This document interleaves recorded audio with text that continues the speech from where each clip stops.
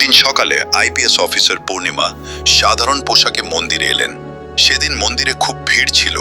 পূর্ণিমা অন্য ভক্তদের মতোই চুপচাপ লাইনে দাঁড়িয়েছিলেন। হঠাৎ গাড়ির একটি বহর মন্দিরের গেটে এসে থামল এবং একজন ধনী রাজনীতিবিদ ও তার লোকজন কোনো লাইন না ধরে সরাসরি ভেতরে প্রবেশ করলেন। পুলিশ কোনো প্রশ্ন না করেই তাদের ভিআইপি পথ দিয়ে ভেতরে যাওয়ার অনুমতি দিল। এই দৃশ্য দেখে লাইনে থাকা লোকেরা বিড়বিড় করে বলতে লাগলো, পকেটে টাকা আর প্রতিপত্তি থাকলে আগে ঈশ্বরকে দর্শন করতে পারবেন।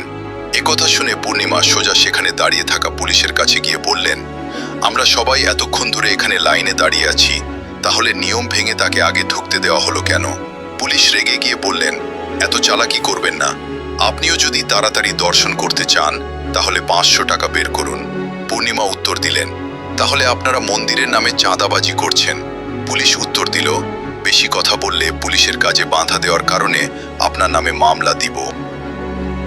এরপর পূর্ণিমা পুলিশের কলার ধরে বললেন, আমি আইপিএস অফিসার পূর্ণিমা বলছি, আজ থেকে এখানে সকল প্রকার দুর্নীতি বন্ধ, কেউ কোনো টাকা দিবে না, আর দুর্নীতির দায়ে আপনাকে বরখাস্ত করা হলো। চারপাশের মানুষ পূর্ণিমার প্রশংসায় হাততালি দিল।